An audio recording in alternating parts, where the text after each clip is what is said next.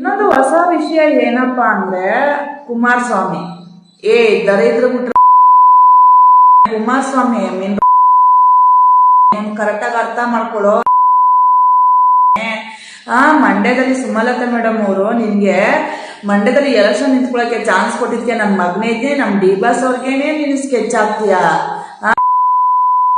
ನೀನೇ ನಿಮ್ಮ ಅಪ್ಪನ್ ಕೊಟ್ಟಿಲ್ವೇನ್ಲ ನೀನು.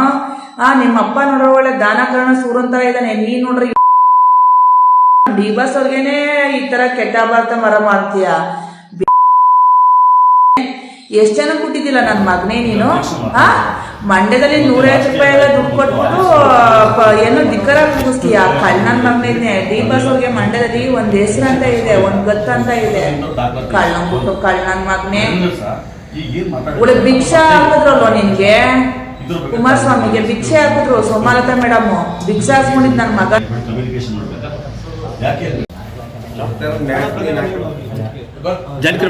ಮಾತಾಡಿ ಹೇಳ್ಕೊಡಿ. ಅದೇ ನಮ್ಮ ಸನ್ಮಾನ್ಯ ಕುಮಾರಸ್ವಾಮಿ ಅವರ ಮಾಜಿ ಮುಖ್ಯಮಂತ್ರಿಗಳು ಮತ್ತು ದೇಶದ ಕೈಗಾರಿಕಾ ಮಂತ್ರಿಗಳಂತ ಅವ್ರ ಮೇಲೆ ಈ ಮಂಗಳ ಎಂಬ ಹುಡುಗಿ ಉಪಯೋಗಿಸಿದ್ರು ಎಲ್ಲದಲ್ಲೂ ಇವತ್ತು ಎಲ್ಲ ನಮ್ಮ ವಾಟ್ಸಪ್ಪಲ್ಲಿ ಮತ್ತು ಎಲ್ಲ ಹರಿದಾಡ್ತಾ ಇದೆ. ಅದ್ರ ಬಗ್ಗೆ ಸೂಕ್ತವಾದ ಬಿಗಿಯಾದ ಕ್ರಮವನ್ನು ಇಲಾಖೆ ಕೈಗೊಳ್ಳಬೇಕು, ಅಂಥವ್ರಿಗೆ ಬುದ್ಧಿ ತರಿಸಬೇಕಾಗಿದೆ ದೇಶದಲ್ಲಿ.